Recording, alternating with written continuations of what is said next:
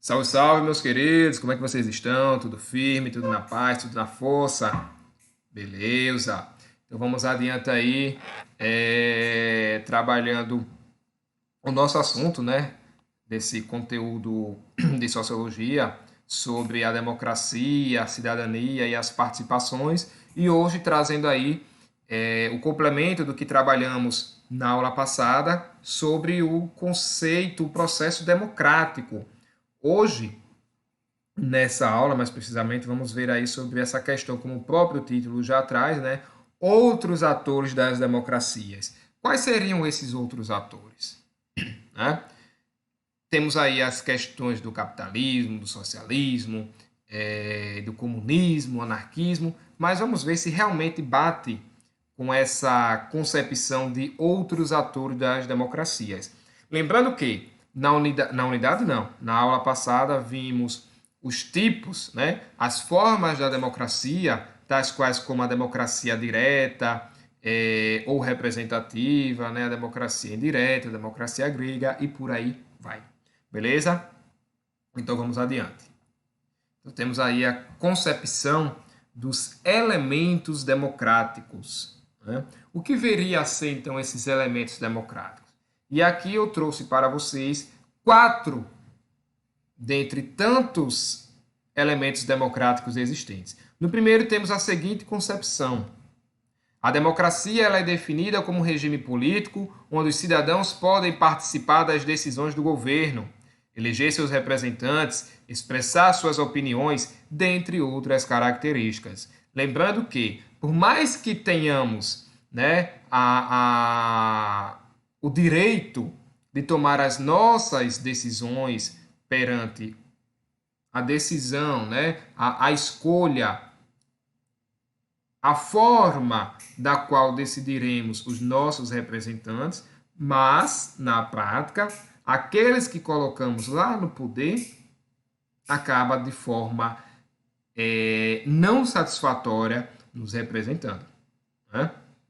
Lembrando que existe aí um pensador chamado Michel Foucault, do qual ele vai comentar, ele aborda, né? Foi uma das suas máximas de trabalho, de estudos referente à concepção do poder. Temos lá a microfísica do poder. Então, quem é que realmente tem o poder? É o cidadão que escolheu lá o seu representante ou aquele que foi eleito, né, que foi decidido pelo povo para seu representante? Qual dos dois de fato detém o poder? Essa é a questão. Porque a partir do momento que ele chega lá no seu cargo, na esfera legislativa, na esfera executiva, se acham reis, se acham soberanos e se acham poderosos, mas esquecem das seguintes situações. O representante que foi eleito pelo povo, ele é um funcionário do povo. E o representante que foi eleito pelo povo, de forma democrática, não é isso? Ele está ali para servir ao povo e não se servir do povo. Roda e vira, sempre estou batendo nessa mesma tecla. Então, abram o olho e acordem. O segundo ponto desse elemento democrático seria o quê? Para um regime ser considerado democrático, é preciso que a cidadania seja limitada somente pela idade. Não será possível negar a cidadania a um indivíduo pela sua religião, pelo seu sexo, pela condição social, pela sua etnia e não raça, né? Veio de praxe essa coisa de raça e olha que eu havia comentado, né, naquela live sobre essa questão de que raça não existe, mas acabou vindo aí na hora de retirar da fonte, né? Um lapso da minha parte, mas aqui já faço a correção, não é raça, mas sim etnia. Ignorem esse termo raça, certo? Outra coisa, igualmente é preciso garantir a liberdade de expressão. Lembrando que liberdade de expressão está inserida né, dentro da Constituição.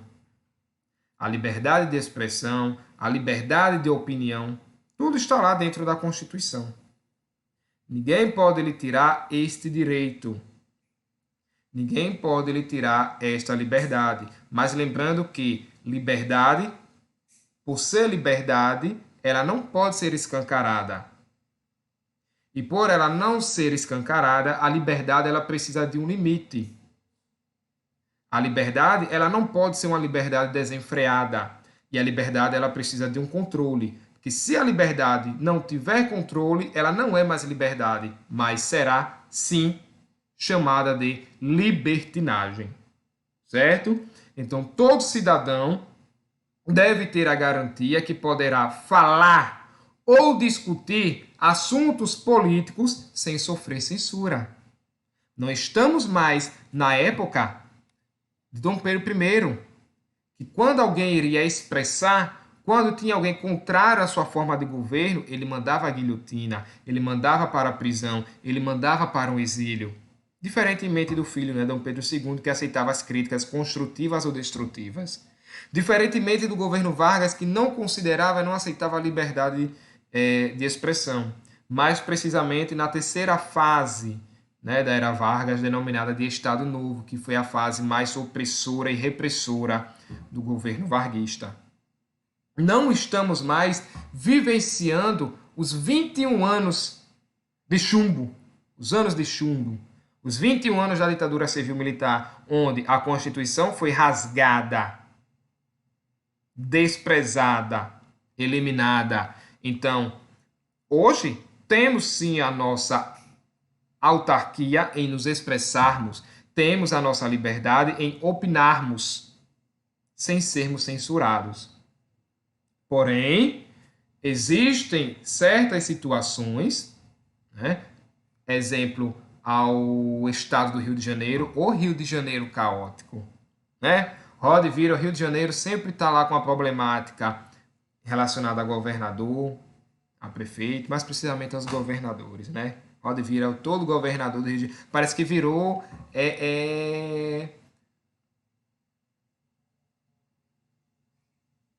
parte constitucional da governabilidade carioca, né? Governador do Rio de Janeiro também tem que ser preso, claro, fazem por onde, certo? Mas recentemente tivemos aí o caso do prefeito, né, lá do Rio de Janeiro, Marcelo Crivella, do qual estava colocando alguns funcionários para que ficassem fiscalizando em partes públicas, mais precisamente nos postos de saúde, quem era que estava tecendo críticas contrárias à prefeitura. Isso é uma censura, certo? E por fim, né, referente a esses elementos democráticos, as próprias eleições devem ocorrer em um ambiente livre, onde ninguém se sinta obrigado a votar em determinado candidato. Olha, deixa eu lhe apresentar meu candidato.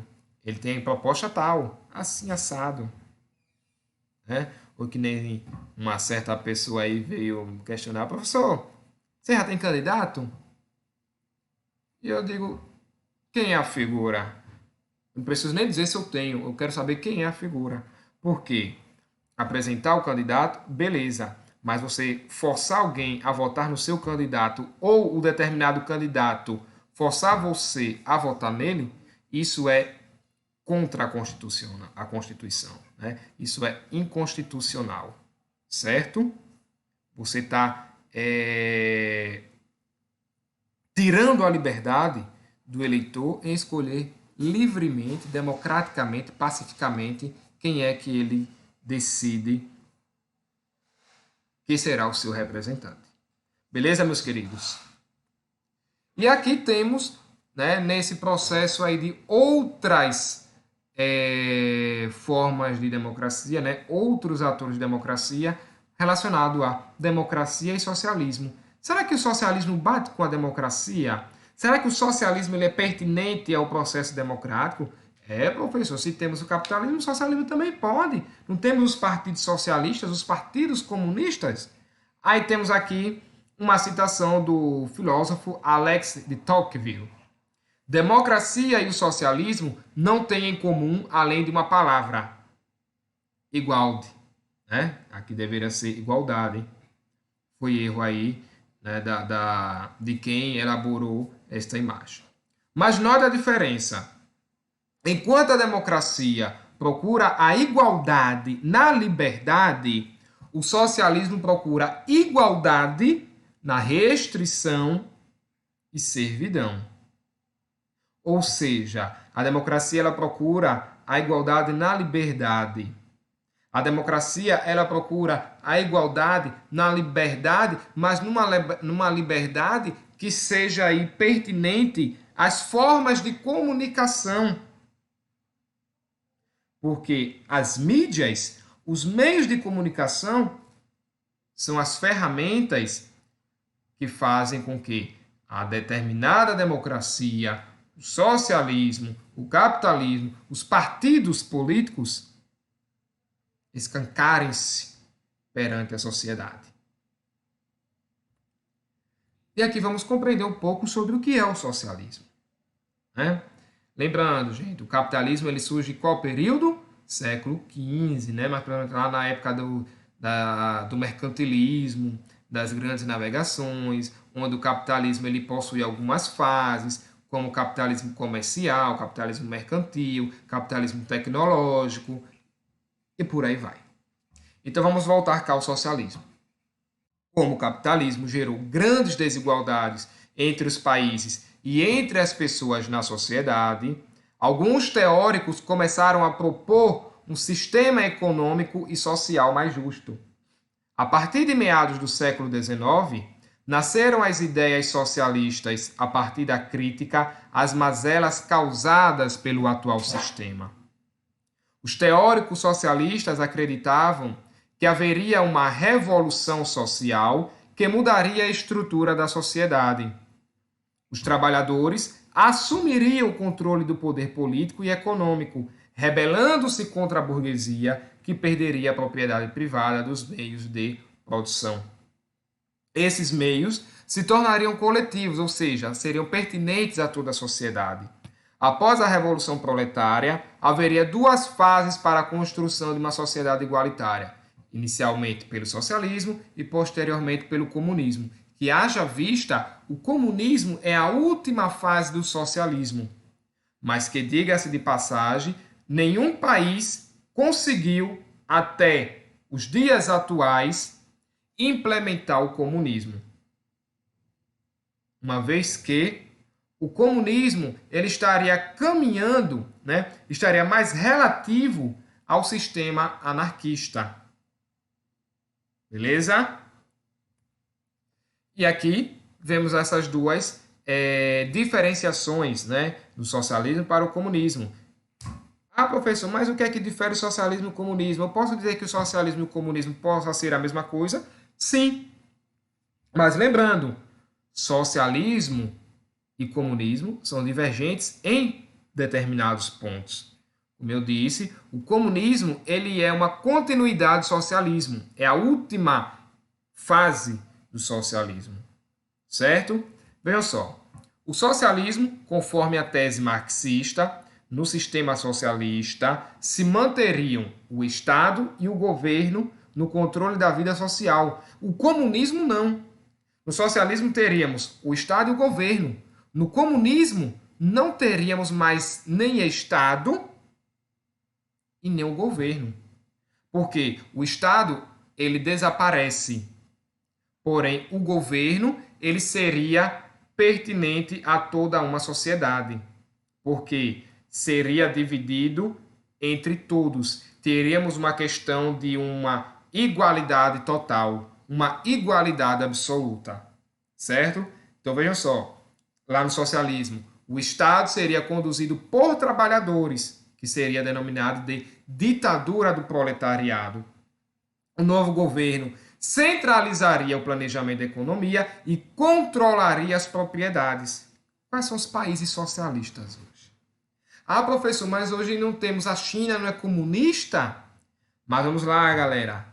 A China é comunista, né? Chamada Dragão Vermelho. Mas a China só se tornou o que ela é hoje porque ela implementou na sua forma de governo, seu sistema econômico, a máxima capitalista.